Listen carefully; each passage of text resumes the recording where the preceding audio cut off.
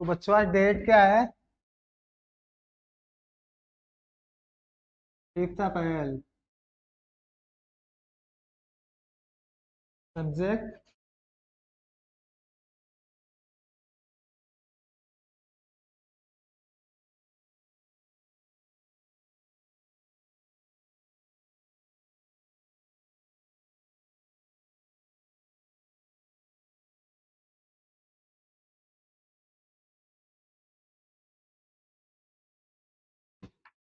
कितने मार्क का ऐसा है?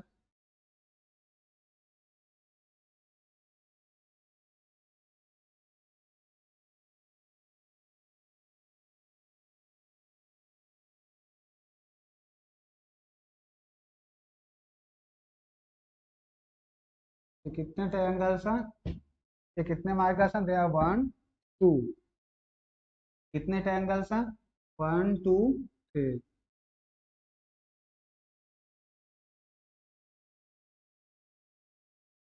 कितने स्क्वायर्स हैं?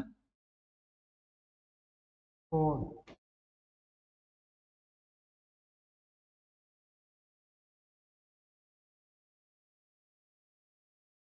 तो कितनी बाल्स हैं?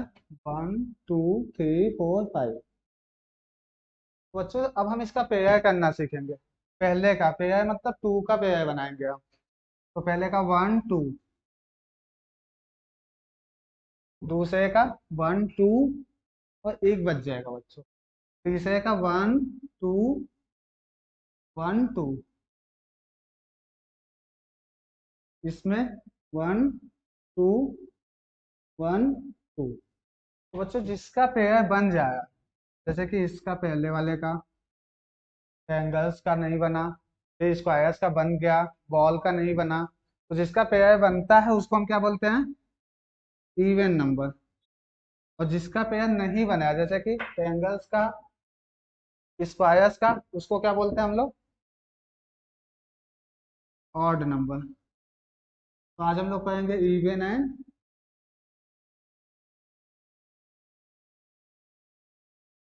Odd numbers.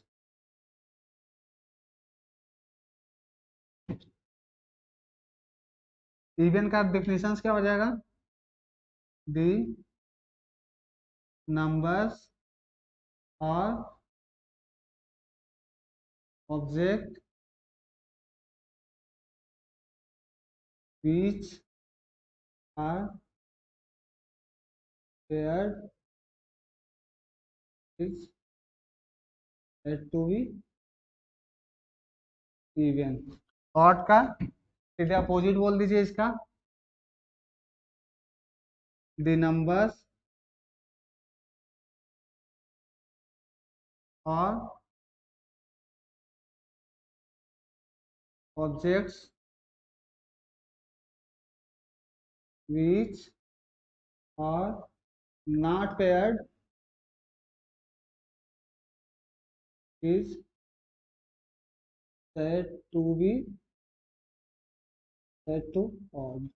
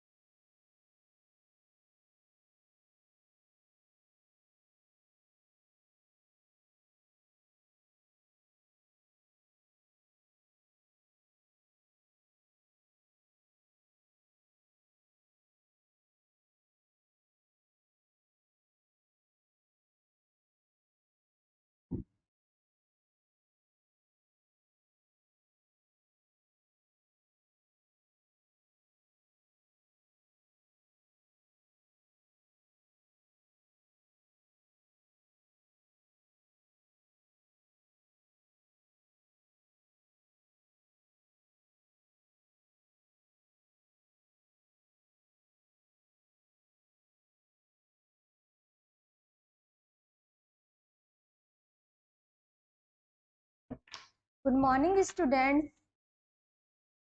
How are you all? Fine? Okay.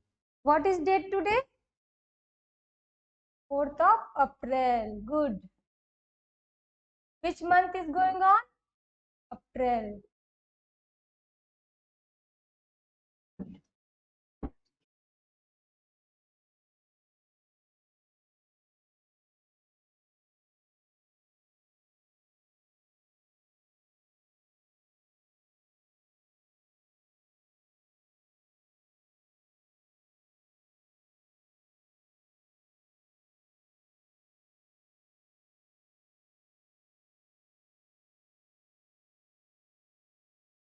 Today we will hear a story. Okay? सब सुनेंगे ना story?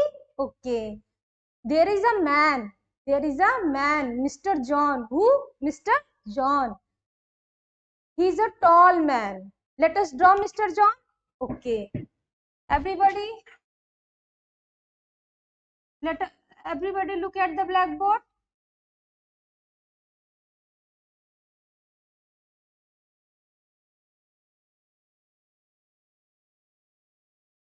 Mr. John is a tall man.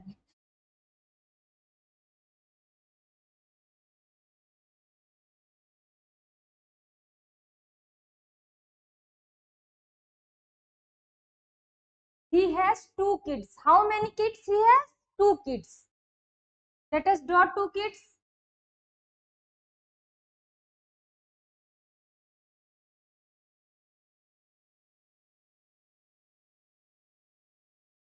Everybody look at the blackboard. What is man doing?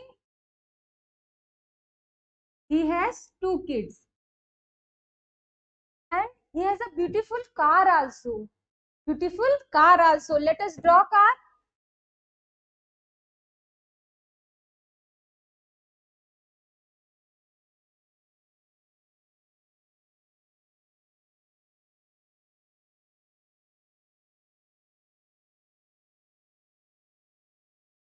Mr. John is a tall man.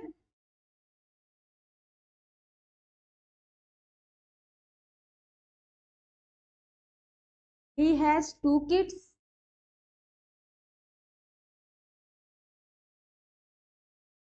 And he has a beautiful car.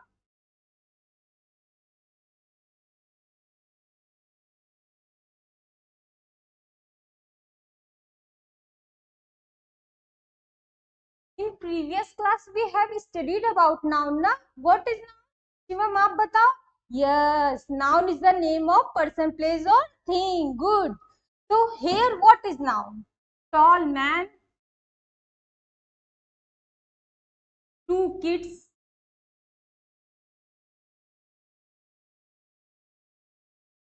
beautiful car.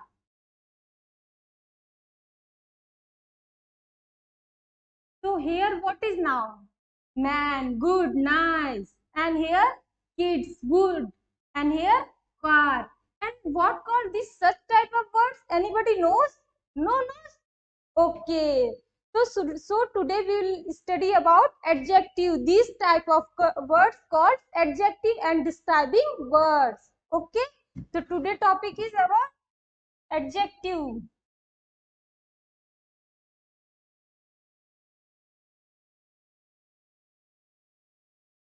Or describing word. Speak after me. Adjective or describing word.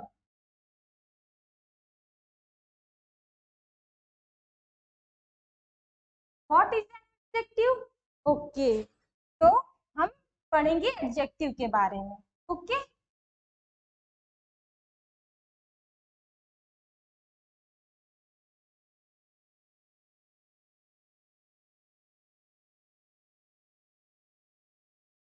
Adjective is a word.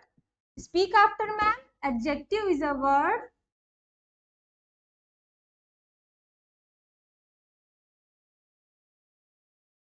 are used to describe a noun or pronoun.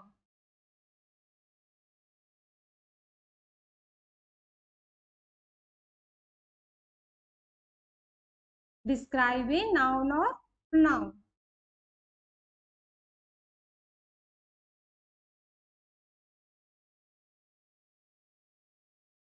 Okay, and this adjective is also describe about size, shape, quality, even number also. Okay, तो here हम लिखेंगे adjective के बारे में और हम word लिखेंगे, आप लोग बताइएगा इसमें एडजेक्टिव क्या है, ठीक है।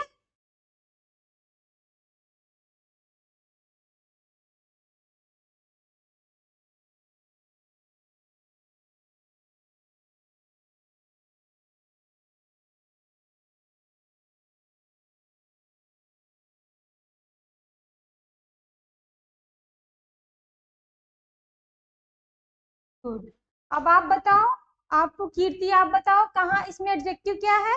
Red, good, nice, red. And आप बताओ दीदी इधर एडजेक्टिव क्या है। 5, गुड, नाइस। आप बताओ शिवम इधर एडजेक्टिव क्या है। Round, good. Everybody understood about adjective. Okay,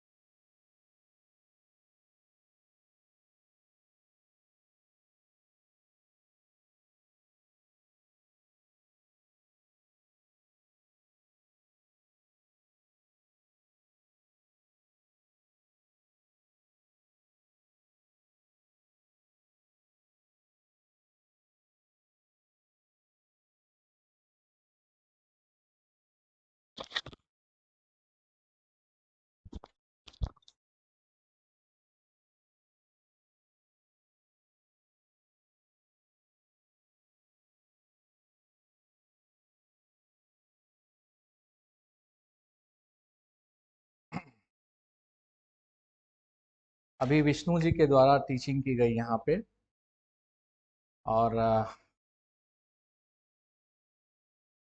जैसा कि आप जब पढ़ाने के लिए आए विष्णु जी, तो डेट पूछते समय आपका पूरा फोकस कहाँ था, ब्लैक बोर्ड की तरफ। आप कभी भी बच्चों से पूछ रहे हैं ना डेट, तो कभी भी आप इधर होकर डेट नहीं पूछें।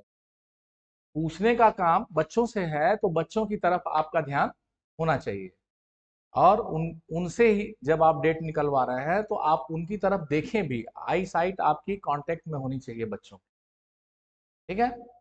और थोड़ा नर्वस थे आप, क्योंकि डेट पूछे भी और डेट आप गलत लिख रहे हैं। जैसे आज 4 तारीख था तो आप क्या लिख रहे थे, 5 तारीख। आपने नोटिस किया होगा वहां पे डेट क्या लिख दिया आपने, 5। तो ऐसी गलती वहां ना हो। डेट जो है, जिस डेट पे आपका इंटरव्यू है, डेमो है, उसी डेट को आप लिखने का प्रयास करें। ये सीधे बता रहा है कि आप डेमो में क्या थे, नर्वस हो चुके हैं, पहले ही जाते ही हो चुके हैं। तो इससे आपको बचना होगा, और बिना बच्चों की तरफ देखे आप कोई भी चीज ना पूछें। आप इधर पीछे की तरफ देख रहे हैं और पूछ इधर रहे हैं, तो ये चीज आपका ठीक नहीं है। आपने ऐसे ही सब्जेक्ट भी पे भी बात किया, चाहे क्लास, ये सारी चीजें आप लिखते रहे लगातार, और आप पीछे की तरफ ही देखते रहे। और यहाँ पर खड़े होने का जो आपका पोस्चर है, आपको बताया जा चुका है, फिर से बता रहे हैं कि आप यहाँ से लगभग 45 डिग्री रखेंगे। इस साइड में जो बच्चा है कॉर्नर में, वो बोर्ड को देख पाए। ये चीज ठीक नहीं है कि आप यहाँ पे मार्कर उठाएं और ऐसे एकदम होकर के लिखना शुरू करें। ये पोस्चर आपका ठीक नहीं है। आपका 45 डिग्री का वहां होना चाहिए, या आप ऐसे खड़े हो कि आप स्वयं भी लिखते समय भी जब ऐसे देखें तो इधर बच्चा दिख रहा हो, तभी उसको भी बोर्ड दिखाई देगा। तो इसका आप ध्यान रखें। श्यामपट्ट कार्य बहुत तेजी में आपने किया, और लिखते हुए आप लगभग यहाँ 45 डिग्री बना रहे थे, तिरछा ऐसे जा रहे थे, आप तिरछा लिख रहे थे। तो इससे बचें। आपका लिखावट क्या होना चाहिए, हॉरिजॉन्टल होना चाहिए, एकदम से क्षैतिज होना चाहिए। कभी भी जो भी चीज पढ़ाना है, आप पहले बच्चों को बता दें कि हम बच्चों इस पे बात करेंगे, या कक्षा को सहज करने आप आते ही तुरंत यहाँ पे मार्कर, त्रिभुज और कई सारे डायग्राम्स पूरा बनाने लगे, तो उतनी देर क्लास क्या थी, शांत रही, और बच्चों से इंटरेक्शन आपका क्या रहा, बंद रहा। आपका इंटरेक्शन वहां पे कम से कम डेमो में बंद जैसा ना समझ में आए, वो कंटिन्यू होना चाहिए। थोड़ी देर के लिए क्लास एकदम से क्या थी, चाइल्ड सेंटर्ड ना हो करके कह सकते हैं कि टीचर सेंटर्ड हो गई थी। तो चूंकि आज एजुकेशन पॉलिसी में चाइल्ड सेंटर्ड एजुकेशन है, तो उसका ध्यान रखना होगा। आप बच्चों से बातचीत करते हुए ही कुछ भी बातचीत करें और पढ़ाएं लिखाएं यहाँ पे जो भी करें। टॉपिक निकलवाने का प्रयास अच्छा रहा आपका, लेकिन कई सारे उदाहरण ना लें, वहां पे एक दो ही लेकर के टॉपिक आप जल्दी से निकालने का प्रयास करें। और जब आप स्वयं टॉपिक चुन रहे हैं तो सटीक उसका प्रश्न उत्तर होना चाहिए कि 1 से 2 उदाहरण में आप अपने टॉपिक को यानी कि प्रकरण को निकाल पाए। ठीक है, पूरे ऑड इवन को समझाने के दौरान कभी भी आप मार्कर यहां रख करके बच्चों से मुखातिब नहीं हो पाए, लगातार आप बोर्ड पर ही कार्य करते रहे। तो यह आवश्यक नहीं है कि आप बोर्ड पे कार्य करें लगातार। अवधारणा पहले यहाँ पे आप दे लें बच्चों को, उसके बाद ही उस चीज को रिटन पे ले आए। आप लिखने का काम और अवधारणा देने का काम दोनों साथ कर रहे थे, यह उचित नहीं होता है। पहले आपका कॉन्सेप्ट डिलीवर हो चुका रहेगा बच्चों को, फिर आप लिखेंगे तो एक रिवीजन टाइप का होता है बच्चों का, ये टीचिंग मेथड्स में आता है। तो आप इसका भी ध्यान रखेंगे तो ठीक रहेगा। और लिखावट की जो अल्फाबेट्स हैं आपके, वो क्रमशः छोटे छोटे छोटे और छोटे होते चले जा रहे थे। पहला जो अल्फाबेट है वो बड़ा और उसके बाद छोटा, और लास्ट वाला तो बिल्कुल छोटा हो रहा था, वो दृश्य नहीं था, मतलब विजिबल नहीं था, पीछे से देख पाने में दिक्कत हो रही है। तो आपका जो साइज है अल्फाबेट का वो ऐसा हो कि पीछे तक स्पष्ट हो, वो दिखाई देता रहे। और अचानक से क्लास ओवर करने का कॉन्सेप्ट नहीं ठीक लगा आपका हमें, क्योंकि बच्चों से आप एक बारी जो बताए हैं यहाँ पढ़ाए हैं, एक बार उसकी समझ का अवलोकन करने के बाद ही यहाँ से जाएं कि क्या बच्चों आपको जो चीजें ऑड इवन हमने बताया ये समझ में आया। आपको कुछ पूछना है, कम से कम उसको लगे कि अब क्लास ओवर हो रही है, ऐसे अचानक से क्लास ओवर ना करें। ठीक है, इसके बाद से विष्णु गुप्ता जी के बाद रीता जी आई यहाँ पे, और इन्होंने जो है यहाँ पे एडजेक्टिव के कॉन्सेप्ट को देने का प्रयास किया। और जब ये यहाँ आई पढ़ाने के लिए तो बोर्ड पे काफी कुछ लिखा हुआ था पहले से विष्णु गुप्ता के द्वारा, तो उसको बड़ी शालीनता से इन्होंने मिटाना एक यह भी एक कला है, बोर्ड को साफ करना। तो बड़ी शालीनता से इन्होंने उसको रब किया, मिटाया, ये अच्छा तरीका था। और ऐसे ही आप बहुत ज्यादा समय भी नहीं लेंगे मिटाने में और बहुत जल्दी से भी नहीं मिटाएंगे, इसका ध्यान रखेंगे आप। लेकिन वही चीज आपने भी दोहराया कि आज डेट क्या है, और बिना बच्चों से बातचीत किए डेट लिखा। बच्चों से जब आप बात कर रहे हैं तो बच्चों की तरफ होना जरूरी है आपका। पूछ आप बच्चों से रहे हैं तो आपका चेहरे का लुक कहाँ पे होगा, सामने। तो वहां बच्चे नहीं है अगर, तो वहां पे जो लोग आपको जज करने बैठे हैं आप उनसे अपना आई साइट मिलाने का प्रयास करेंगे। बच्चों की तरफ पीठ करके आप श्यामपट कार्य आप भी करते हुए पाई गई यहाँ पे, वो बिल्कुल ही ठीक नहीं है। पूरी तरह से आपका ध्यान लिखने पे रहा, और दिनांक, विषय, ये सारी चीजें लिखने के दौरान आप पूछते भी रहे बच्चों से कि आज डेट क्या है, दिनांक क्या है, विषय कौन सा है, ये सारी चीजें चलती रही। लेकिन एक बार भी आप पीछे उस समय बच्चों से नहीं आई साइट कॉन्टेक्ट को रखा आपने। और सब्जेक्ट इंग्लिश ग्रामर लिखा वहां पर, तो इंग्लिश ग्रामर लिखा, और आपने जब कहा कि हम लोग स्टोरी सुनेंगे तो थोड़ा सा वहां पे ऑड सा लग रहा था।